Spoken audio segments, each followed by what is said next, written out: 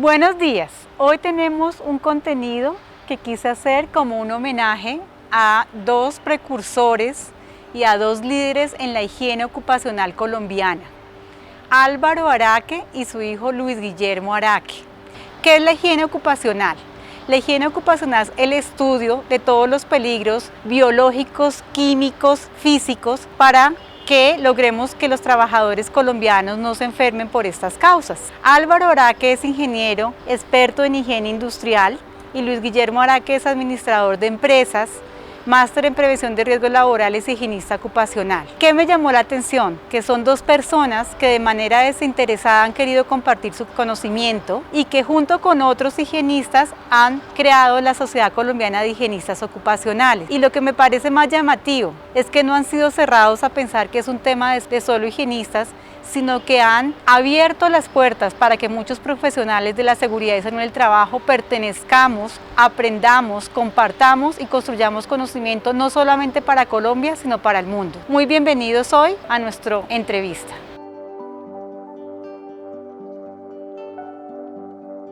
Buenos días, hoy nos encontramos en el canal de Ana Cuervo PhD. Tenemos dos invitados, Guillermo Araque y Álvaro Araque. Yo como médica laboral salubrista pública he recibido muchas enseñanzas técnicas, científicas, y sobre todo los quise invitar porque me parece que son un referente para Colombia en cuanto a higiene ocupacional, y me parece que su trabajo ha dejado un legado en el país que quisiera pues que la gente conozca cómo ha sido este legado. Los invité además porque me parece que es una historia bonita de cómo las familias pueden trabajar unidas, cómo los padres pueden enseñar a sus hijos valores, y por eso los quise que nos contaran. Entonces, muy bienvenidos, ingeniero Álvaro Araque, muy bienvenidos Guillermo y a nuestro canal. Entonces, esta entrevista es informal, pero quería primero entrevistar por ser el pionero al ingeniero Álvaro Araque, y quisiera que me contara, por favor, cómo fueron los inicios de la disciplina de la higiene ocupacional. Este canal lo ven personas que no necesariamente son del área de la seguridad y salud del trabajo, sino son la comunidad en general. Entonces quisiera que nos contara qué es la higiene ocupacional y cómo empezó esa disciplina en pequeñas palabras. Listo, doctora. Estoy muy agradecido con su invitación. La verdad, nos hace usted un honor con esta oportunidad.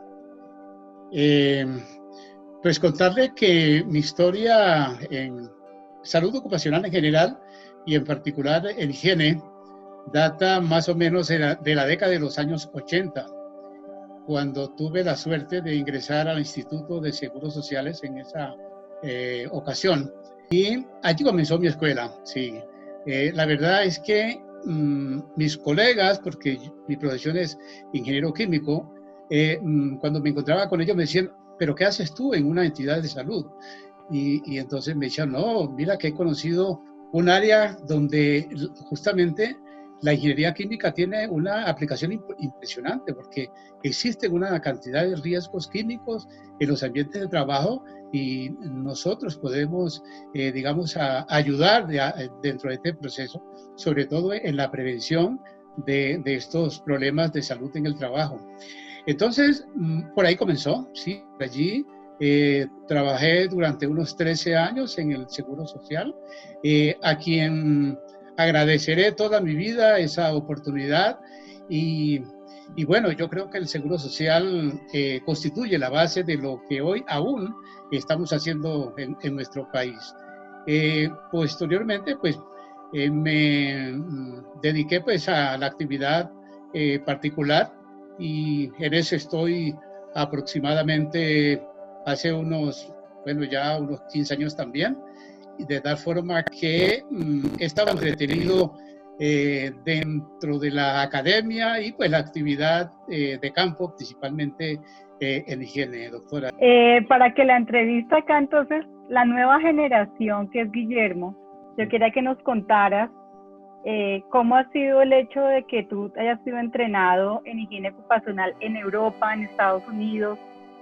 si nos hicieras un comparativo, ¿cómo se ve de diferente desde esa perspectiva la higiene ocupacional? Maravilloso, muchísimas gracias, doctora Diana, por esta invitación. Y bueno, afortunadamente mi formación base se la debo a mi padre. Ese fue mi punto de referencia inicial para entrar en el camino de la higiene ocupacional. Y como consecuencia de ese ya proceso formativo en universidades tanto americanas como europeas, tuve la oportunidad de establecer un buen punto de referencia sobre cuáles eran los intereses esenciales tanto de Europa como de Estados Unidos en la prevención de patología laboral a través de la higiene industrial, ¿no? Lo que observé a través de mi tránsito por España particularmente fue un sistema maduro, robusto, con una alta influencia de directivas europeas, en donde la higiene ocupacional tiene una relevancia en la prevención de patología laboral y en el marco de una estructura bastante rigurosa, llamémoslo así, legal, pues se desarrollan las actividades preventivas básicas, ¿no? En el caso de Estados Unidos, posiblemente por su pensamiento un poco más pragmático, utilitarista, el ejercicio de la prevención, además de tener una importante connotación desde el punto de vista legal, es un interés manifiesto por parte de las empresas en el sostenimiento finalmente de sus estructuras de negocio. Y creo que el hecho de los riesgos que pueden tener las empresas a nivel jurídico como consecuencia de enfermedades laborales y que esto tenga un impacto financiero tan relevante y también bajo una luz legal bastante importante, se podría decir, al parecer se le da un mayor nivel de relevancia a la higiene industrial, ¿no? Es decir, existen unos factores de confluencia como los costos de salud en el caso de los Estados Unidos que son muy elevados y en donde posiblemente hacer una buena prevención tiene mayores impactos a nivel social, ¿no? Entonces, el hecho de tener esas dos perspectivas, tanto la americana como la europea, ha sido muy nutritivo en mi rol profesional.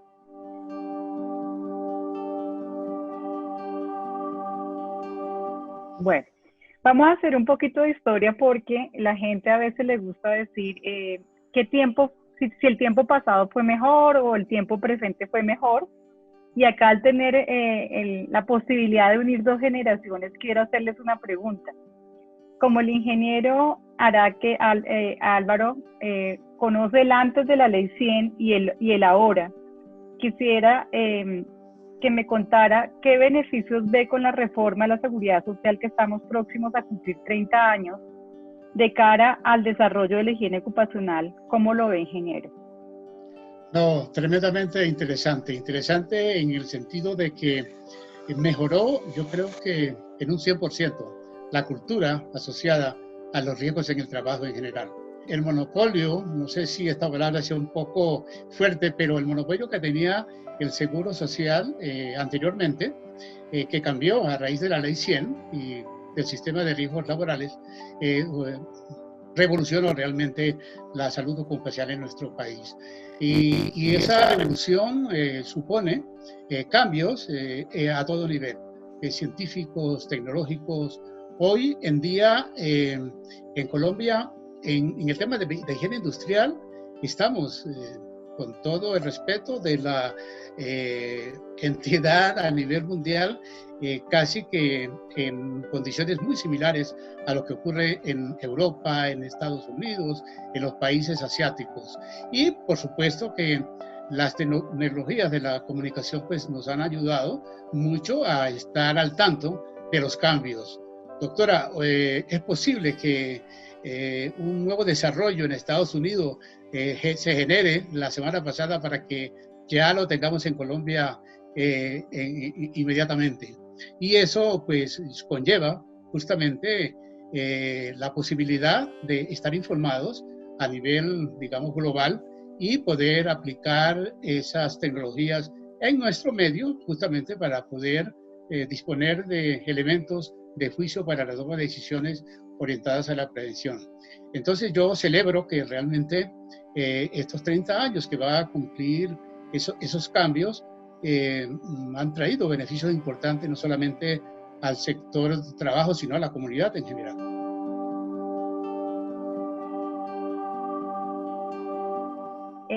Las empresas no todas tenían la posibilidad de tener sistemas de gestión. ¿Cómo vio que se fue haciendo este cambio a nivel regional y a nivel país? O sea, yo veo como que no es lo mismo estar en Bogotá que estar en diferentes zonas, entonces quisiera que me hiciera un comparativo ahora es de el nivel país, cómo ve el desarrollo de la higiene en nivel Bogotá y las demás regiones del país. Ok.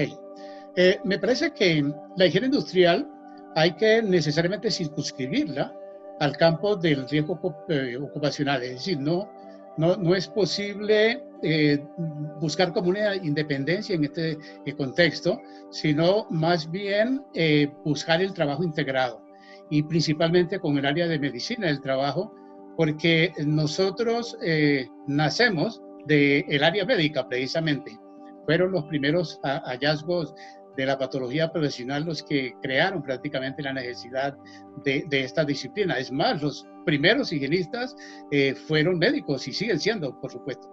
Entonces, me parece que la manera como se gestiona los riesgos en el trabajo bajo el liderazgo del ministerio ha dado la oportunidad que, independiente del tamaño de la empresa y de la localización geográfica, hay conciencia en ese sentido. Por supuesto que en las grandes ciudades las posibilidades de desarrollo, en particular de la higiene, va a ser mayor, como es de esperar, pero igual, repito, la posibilidad de estar en contacto con cualquier sitio a nivel general país nos permite estar presentes en cualquier situación.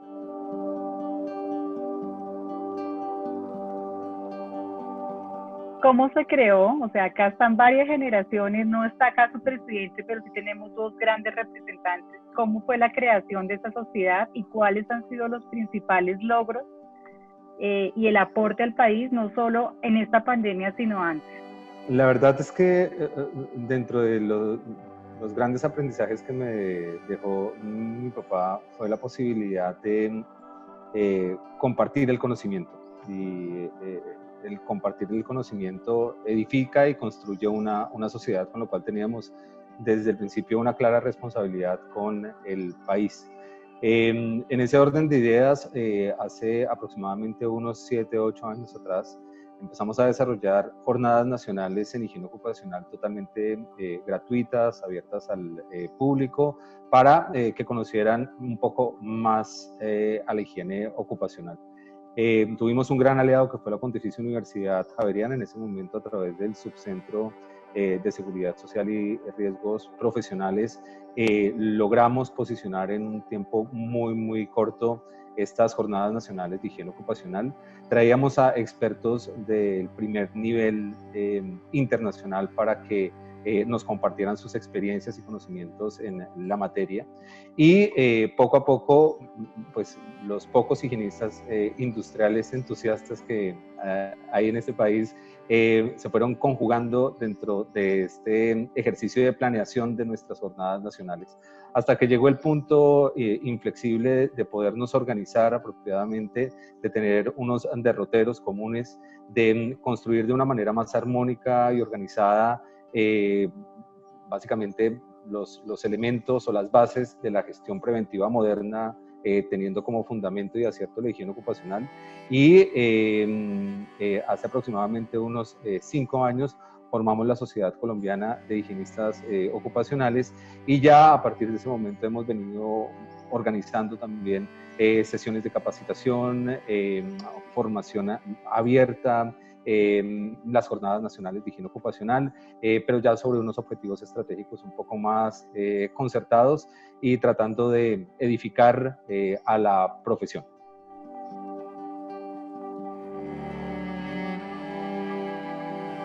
Un ingeniero químico soñador que se va a estudiar a Estados Unidos y luego dice, voy a traer esto a mi país, pero no solamente lo contagia a otros colegas, sino a su familia.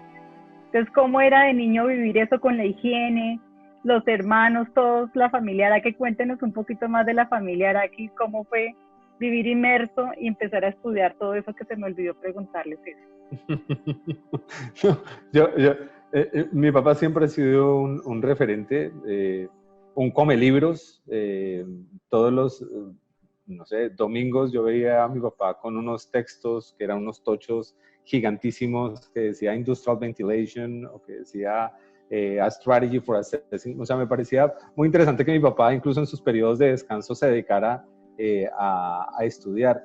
Y desde muy pequeño, yo recuerdo que casi todos los proyectos de mi vida han estado unidos a la higiene ocupacional. Yo no sé mi papá si lo hizo de aposta, como se podría decir.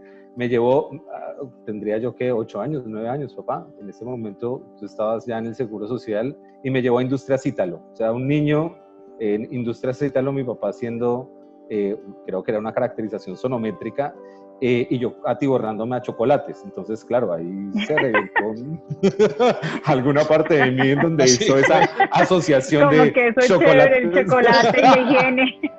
El chocolate y la higiene, y ahí quedé conectadísimo. Y de nuevo, todos los proyectos míos desde muy pequeño han estado unidos con la higiene. O sea, un proyecto de ciencias de un niño que eventualmente, no sé, presente el diseño de un sistema de ventilación mecánica de extracción que mi papá me ayudó con alguno de sus alumnos a construir para ver las partes fundamentales de un sistema de ventilación localizada.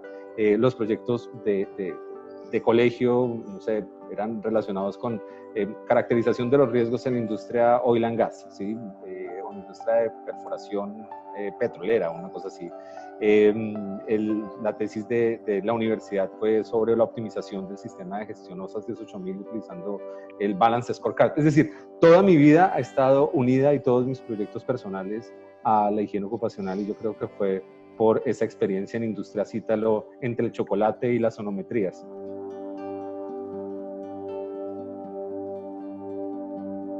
Okay. Ingeniero, como muchos profesionales de la seguridad y la salud en el trabajo les interesa el tema de la higiene y uno dice cómo formarse, qué hacer, quisiera que le contara a toda la audiencia cómo fue su formación y cómo empezó a entrenarse y abrirse puertas no solamente en Colombia, sino en otros países del mundo.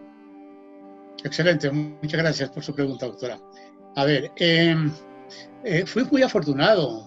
La verdad es que el primer año, después de un primer año de estar en el Seguro Social, la Organización Panamericana de la Salud, en asocio con el Ministerio de Salud en Colombia, organizaron un programa de formación en general en riesgos laborales y en particular en higiene ocupacional. Y fue a muy alto nivel, fue una formación de unas 1.200 horas con personal de alto línea de los Estados Unidos. Entonces vinieron maestros, profesores vinculados con las organizaciones líderes en Estados Unidos, como es la NIOSH, OSHA, epidemiólogos de alto nivel, que nos formaron aquí en Bogotá, en un centro de estudios que el Ministerio de Salud en esa oportunidad tenía, que era el Centro de Atención en Salud, conocido como CEAT en esa oportunidad. Entonces, esa fue realmente la base de mi formación. Posteriormente, y también con el Seguro Social, tuve la oportunidad de hacer una pasantía de un par de meses en España, en el Instituto Nacional de Seguridad e Higiene en el Trabajo, y ya después permanentemente he estado en los congresos y eventos que se organizan en Estados Unidos, específicamente en higiene ocupacional, que son organizados por la Asociación Americana de Higiene Industrial, que me acuerdo que en principio cubría hasta unos 1.000 asistentes, 10.000 asistentes, perdón. Era algo impresionantemente grande, ¿no? Allí, pues, desarrollan, porque ese evento se ha mantenido, cursos de desarrollo profesional, es el sitio para exponer las investigaciones pues, que se hacen a nivel mundial, por así decirlo. Entonces, estos aspectos son los que digamos, me han permitido visualizar de una manera más amplia y, por supuesto, traerlos al país y poder estar, digamos, más o menos a un nivel muy similar a lo que te comentaba anteriormente con relación a otros países. De un ingeniero que nos enseña a médicos, administradores, a economistas, a enfermeras, a todas esas disciplinas, un poquito más de ese valor que le transmitió a su hijo Guillermo. Ok, doctora. Doctora, yo tengo un mensaje que el mejor aporte que uno le puede hacer a la sociedad y al país es el conocimiento. El conocimiento es poder, el conocimiento nos permite pues desarrollo, por supuesto, en todos los aspectos. Entonces, bueno, informar, compartir, es algo realmente hermoso, es apasionante, ¿no? Es muy egoísta el que se queda con las cosas que sabe. Entonces, me parece que eso debería ser algo natural. La invitación que yo hago precisamente a las nuevas generaciones en general y en particular a los que están en los temas que tanto nos interesan, en seguridad y salud, en el trabajo, es que no dejen de enseñar, sí, que no dejen de informar lo que saben y ojalá de la manera más práctica. Ahora, el concepto de conocimiento ha cambiado mucho con las tecnologías. Antes éramos egoístas o muchas personas eran egoístas, pero hoy en día es posible acceder a ese conocimiento con las tecnologías. Realmente no sería muy caprichoso que una persona pues esconda lo que posiblemente cualquiera hoy puede encontrar en las redes de información, mucho más allá de lo que podemos tener.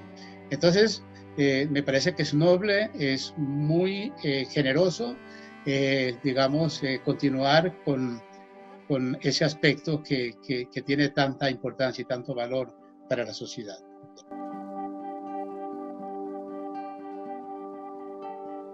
Otra cosa que me ha llamado la atención es que ustedes han hecho como sociedad, ¿no?, con todos los miembros, unión no solamente con Colombia, sino con otros países.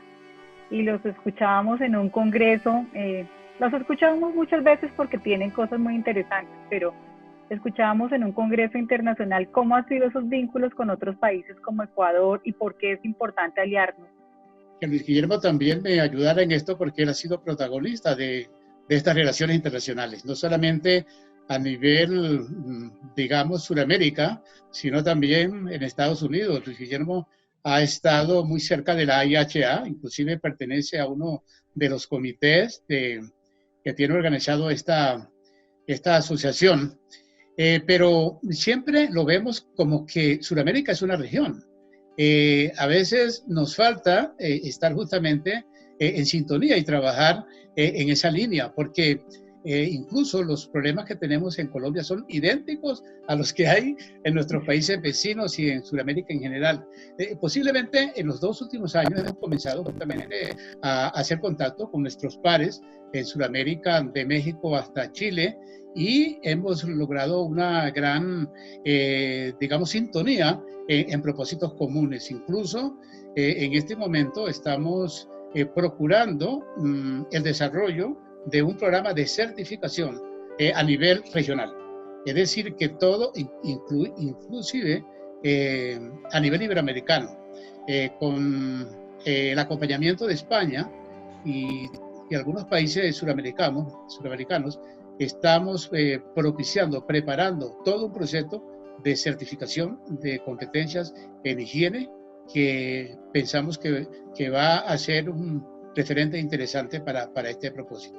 No, simplemente que desde la primera experiencia, papi, que tú me llevaste a la Haya, al primer congreso hace ya algunos años atrás, me sorprendió el poder de la cohesión, y el poder de la cohesión en donde sobre un ejercicio profesional y unos denominadores comunes existía tal nivel de colegaje que uno se sentía orgulloso de ser un higienista ocupacional, ¿no? Entonces, eso me llamó muchísimo la atención, por supuesto, de la mano de la ciencia y del arte que significa ser higienista ocupacional.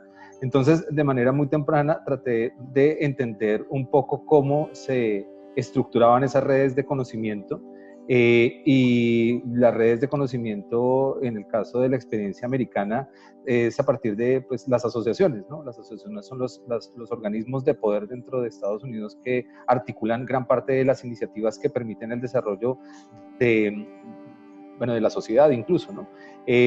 Así pues, creímos conveniente en su momento empezar a estrechar algunos lazos desde la Asociación Internacional de Higiene Ocupacional, dentro de esa misma necesidad que planteaba o que ha planteado siempre mi papá de compartir el conocimiento.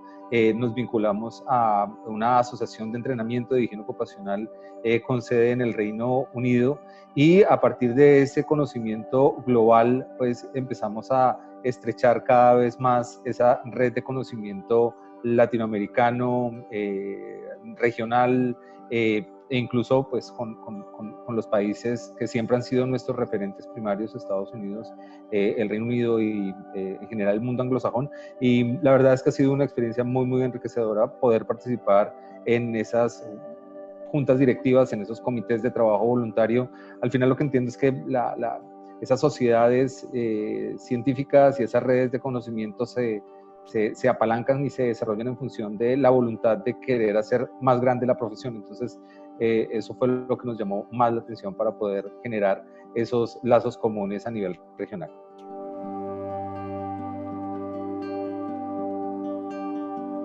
Que escuchaba ayer en un congreso que ustedes estuvieron de panelistas, que había la posibilidad de medir en el aire y en superficies por medio de técnica de PCR el virus. Muchas personas que son suscriptores al canal y que siempre preguntan en la audiencia, querían saber en qué consistía eso, qué opinaban ustedes como higienistas y qué perspectiva le ven en el mundo laboral a esas técnicas. Doctora, qué interesante pregunta, justamente porque estamos en un tema que yo quiero hacer referencia antes de contestar en concreto. Las palabras del presidente Clinton, un poco antes de terminar su periodo, cuando le preguntaron que mencionara 10 áreas del conocimiento que en este ciclo iban a ser importantes.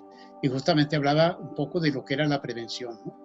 Y entonces me estaba acordando de él ayer justamente, porque el momento que vivimos con la pandemia, con el COVID-19, caramba, parece ser un ejercicio de la higiene ocupacional. Es decir, hemos aprendido de que hay tanto que aportar desde la higiene a este problema. Y precisamente, si bien se ha hecho mucho énfasis en el tema del contacto directo y cercano, la fuerza que está tomando la vía aérea, la vía respiratoria, es algo, además de apasionante, tremendamente preventivo. Y lo digo porque las últimas cosas que hemos revisado, por ejemplo, el caso de un inmunólogo que le gustan mucho las matemáticas y la estadística, y está ya encontrando modelos matemáticos que están explicando, por ejemplo, cómo el tamaño de las gotas y cómo esas gotas, por la evaporación, pueden llegar a núcleos donde el virus puede ser más evidente, se está moviendo de una manera impresionante. Y definitivamente cuando uno mira el mecanismo de cómo es que se comportan estas partículas en el aire, puede entender mejor que definitivamente en la medida en que podamos controlarla con medios como la ventilación y con apantallamiento, vamos a lograr realmente prevenir o aportar más bien a este problema. Yo pienso entonces que un trabajo conjunto con los médicos, con la epidemiología y la higiene, concentrándonos un poco en el tema de la transmisión, por la vía aérea, realmente es lo que nos espera a futuro. Yo creo que está tomando mucha fuerza el tema, digamos, de la vía de los aerosoles, vía respiratoria. Sí, la Organización Mundial de la Salud en un principio estaba subestimándola, pero en este momento ya ha cambiado esa posición y creo que eso nos espera, no ahora, sino a futuro, porque al parecer los expertos, los médicos, los que están en este tema, lo que están prediciendo es que vienen más pandemias.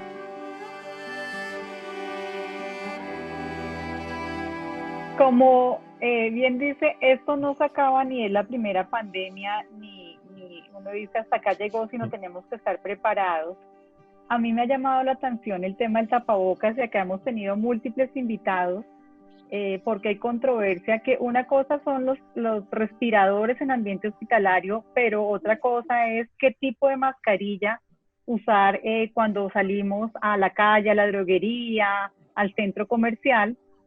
Y vuelvo y pregunto, a mí me queda mucha inquietud de que se ha utilizado como si fuera una moda, como la pañoleta, que yo me la subo, me la bajo, como si el hecho era taparme la boca, pero no como manipulo.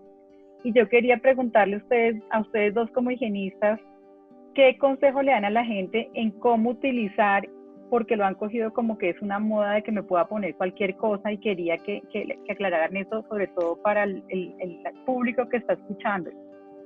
Ok, qué pena de nuevo con ustedes. Respecto al uso de las mascarillas, pues lo ideal, lo de los tapabocas, es que cumplan su propósito, garantizar que las secreciones pues no salgan más allá de su hemisferio respiratorio, y que no lleguen pues a las mucosas o las vías respiratorias de una persona que esté a menos de 2 metros de distancia, ¿no? Es decir, es ganarle un poco o disminuir más bien la velocidad de una partícula aerotransportada a través de una pieza facial, ¿no? Básicamente ese es el principio del uso de los tapabocas, incluso los que se están utilizando, que son hechos en casa, y este tipo de medidas. Ahora, también hay que entender que pueden generarse riesgos residuales si los materiales constructivos de esos elementos, pues en este marco de mercado, pues se empiezan a desarrollar con...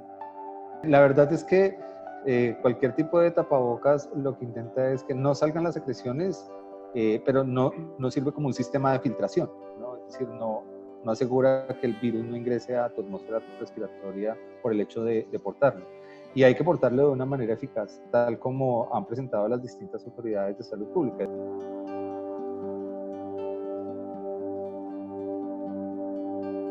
¿Cómo sería el futuro de la higiene? ¿Cómo lo ven? 2 generaciones. Y me encantó lo que dice el ingeniero. Las nuevas generaciones aprendemos de las antiguas generaciones de las nuevas, desde las 2 visiones, desde tener, ser unos líderes dentro de la Sociedad Colombiana de Higienistas, aunque hay más líderes, y hoy decidí entrevistarlos a ustedes dos, pero aprenderé mucho de todos los demás. ¿Cuál es el futuro de la higiene, no solamente a nivel local, sino a nivel mundial, que ustedes ven? Bueno, yo lo veo muy promisorio, con mucho optimismo. Creo que el futuro de la higiene ocupacional está asegurado, porque precisamente estamos en un momento en el cual justamente el problema del aire puede ser el aire contaminado, estoy hablando, ¿no? O el aire infectado, si me lo permiten. Podría, digamos, pensar en una vía, por así decirlo, muy importante, no solamente para agentes biológicos, sino también para contaminación química en general, ¿no? Es decir, nuestra vida está en el sistema respiratorio, ¿no? Porque justamente la posibilidad que tienen, digamos, ese aire viciado de ingresar, pues es muy grande. Entonces, yo creo que hay mucho por desarrollar, por aprender, y creo que el campo de higiene industrial está allí inmerso, no solamente de la higiene, sino también, por supuesto, de la medicina, del trabajo, de la epidemiología, de la infectología, de la toxicología, bueno, y de todo, digamos, estas ramas del conocimiento con las cuales interactuamos permanentemente. Volviendo a lo que decía anteriormente, con relación a este epidemiólogo que está estudiando un poco o mucho el comportamiento de las partículas de COVID en el aire, hay una fórmula muy sencilla que usamos todos los días y que él la considera allí como que es la base de primero depurar el riesgo, que es que el riesgo, la peligrosidad, está en función de la exposición y del tiempo. Es decir, él comienza, por ejemplo, a explicar cómo una conversación de 5 minutos y comienza a hacer cálculos matemáticos en cuanto al número de gotas o de microgotas que pueden estar, por ejemplo, cuando estoy hablando o cuando estoy alzando la voz. Dice, por ejemplo, que lo más crítico es estar en una discoteca donde por ocasión del ruido tengo que gritar a la persona con la cual estoy interactuando. Entonces comienza como a crear unos escenarios donde dice, bueno, si tú estás hablando a tal distancia con una persona que está o no protegida, la probabilidad de que se pueda como estimar una dosis, que es un término que tanto nos gusta en salud ocupacional, que es estimar una dosis, ¿no? Por ser una dosis potencial, no, por supuesto, dosis, digamos, interna, pero sí sería como una manera de estimar el riesgo a partir de un tiempo y una concentración, que es lo que nosotros hacemos y tenemos como base para el desarrollo de nuestras acciones, doctora. Entonces, no, el futuro es muy grande e invitaría realmente a los jóvenes, a los muchachos, pues que tienen realmente al frente una profesión que posiblemente va a dar mucho de qué hablar a futuro y que es una alternativa realmente dentro de las nuevas profesiones que están apareciendo todos los días. Yo creo que el punto de ruptura con relación a esta pandemia que estamos viviendo visibiliza las limitaciones que tienen los esquemas de salud pública para entender enfermedad, con lo cual se hace muchísimo más importante cualquier ejercicio preventivo, ¿sí? Y si nosotros visibilizamos aún más con datos la relevancia que tiene la higiene ocupacional dentro de los esquemas de salud pública, naturalmente vamos a poder tomar mejores decisiones orientadas a políticas públicas que fortalezcan a la profesión, ¿no? Y yo creo que al final las empresas también están tomando cada vez más conciencia de que invertir finalmente en el capital social tiene unos réditos o un retorno de inversión muy, muy alto, ¿no? Entonces, se facilita el hecho de que las organizaciones cada vez más maduras entiendan que su sostenibilidad depende también de estructuras de prevención basados en los esquemas de gestión de riesgos y también que se visibilice cada vez más cuál es el impacto que tiene dentro de los esquemas de salud pública a cualquier esfuerzo de prevención, incluso en el campo de la salud laboral a través de la higiene. Entonces, tremendamente promisorio.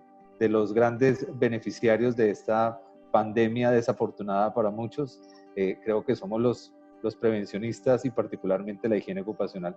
Entonces, lo veo con un futuro maravilloso. Ya desde otras aristas, desde el desarrollo científico, tecnológico, desde la concurrencia de nuevas tecnologías y de riesgos emergentes, ya son aspectos técnicos que finalmente nos tendremos que embridar en el curso de los años para adaptarnos de una mejor forma. Muchísimas gracias y espero que las nuevas generaciones de niños que están escuchando esto, jóvenes, se animen a seguir toda esta cultura de prevención, a saber que esto es una inversión para que la sociedad y el mundo pueda avanzar y que muchos se animen a estudiar higiene ocupacional con todo esto que ustedes han contado y han sido unos difusores de su conocimiento. Muchas gracias. Espero que les haya gustado este contenido con dos grandes referentes de la higiene ocupacional. Si les gustó, por favor, den like al video, suscríbase al canal y si ya es suscriptor, oprima la campana para que tenga contenidos de primera mano. Si tiene más interés en temas de seguridad y salud en el trabajo, salud pública y medicina laboral, consulte la página www.dianacuervophd.com o la página empresarial de Facebook Diana Elizabeth Cuervo Díaz.